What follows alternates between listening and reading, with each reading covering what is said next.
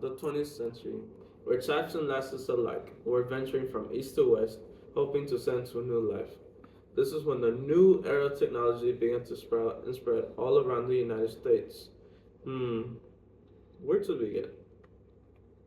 Maybe I can talk about how people got around those days.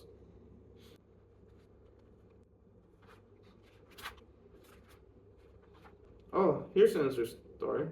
It all begins with the leveling city of Houston, Texas, a promising city and the one that will serve as the main focusing point of our story.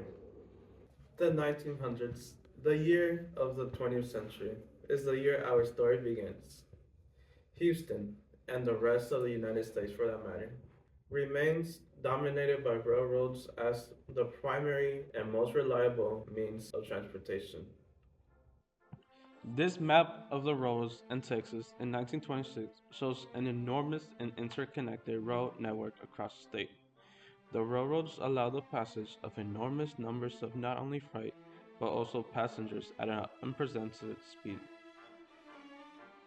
The city of Houston had an extensive road network within the city, taking the form of electric streetcars. These roads transported people short distances across 12 lines covering the majority of the Houston area at the time. Railways were essentially the only means of traveling across the city at this time with very little competition up until now.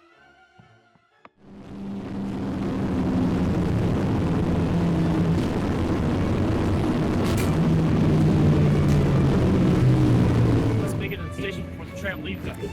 Goes to Grand Hill Star. We can't make it to the station with straight hay. Hurry, you go. After you start, Thank you. good heavens, it would appear the tram has left us. This certainly is the most unfortunate development.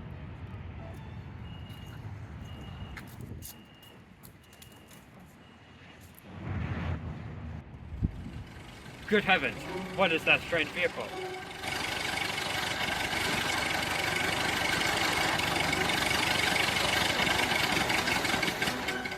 Good day, sir. 1 nickel in this automobile jitney ride could be yours.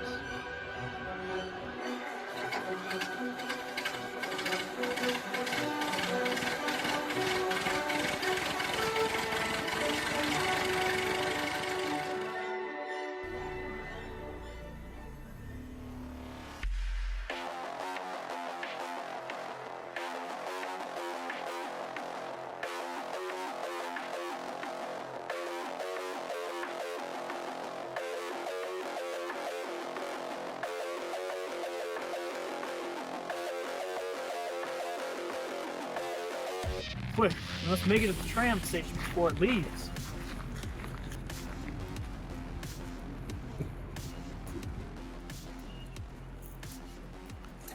Get in, dude. Thanks, dude.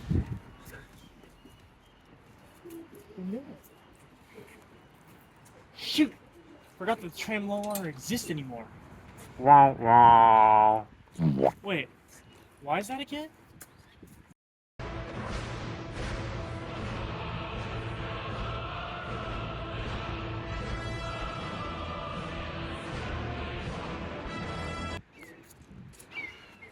Oh.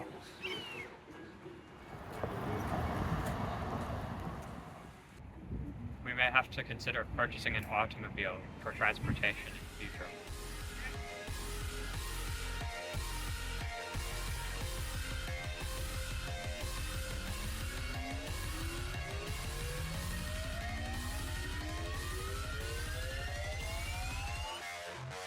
The 1950s in America. Big houses, quiet neighborhoods, from far from the hustle and bustle of the city. Idealistic corners of backyard family barbecue, grills, and the looming threat of nuclear annihilation. What a time to be alive. The United States emerged from World War II, a very wealthy country going through a period of great economic growth and prosperity. As soldiers returned from around the world, wartime austerity came to an end, and the pursuit of things that are nice to have began once again.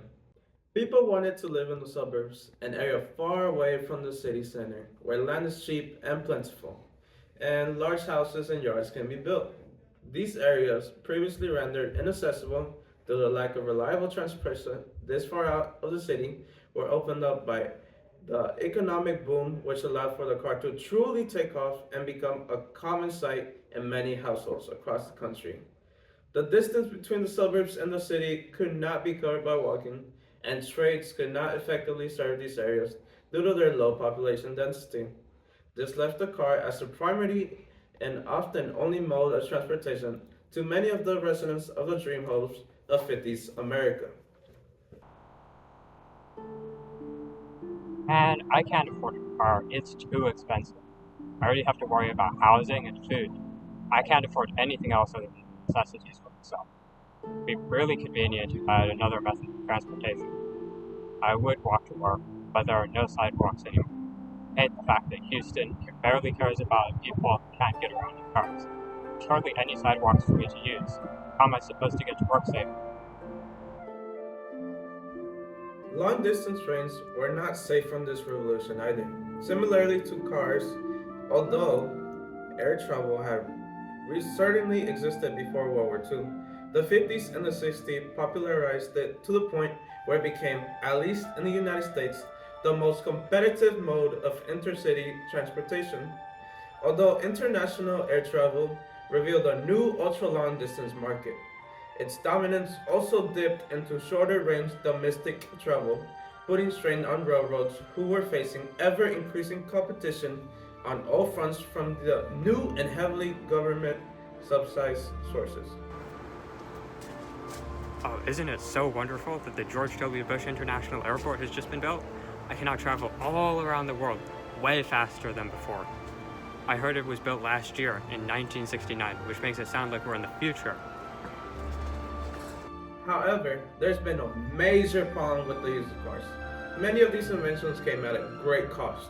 These inventions use gasoline, which in turn started to emit high levels of carbon dioxide, which built up within our atmosphere, damaging it faster than it could repair. Gasoline is a mixture of several compounds such as isooctane 3-ethylbutane, methyl, tertiary butyl ether, and butane.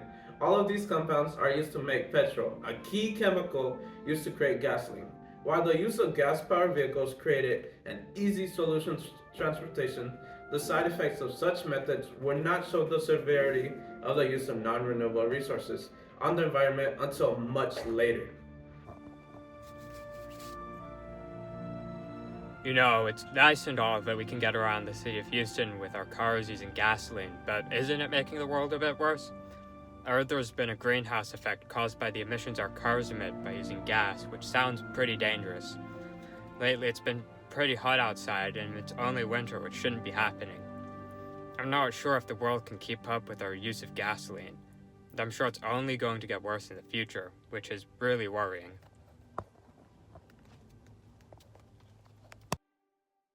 Houston has been on a bumpy ride through the story.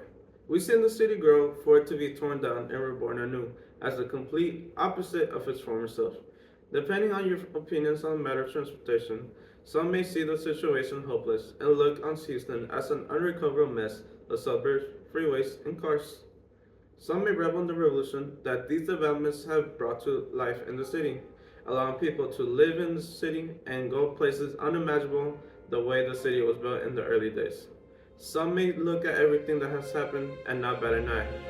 After all, how many times have you thought about the way you move around?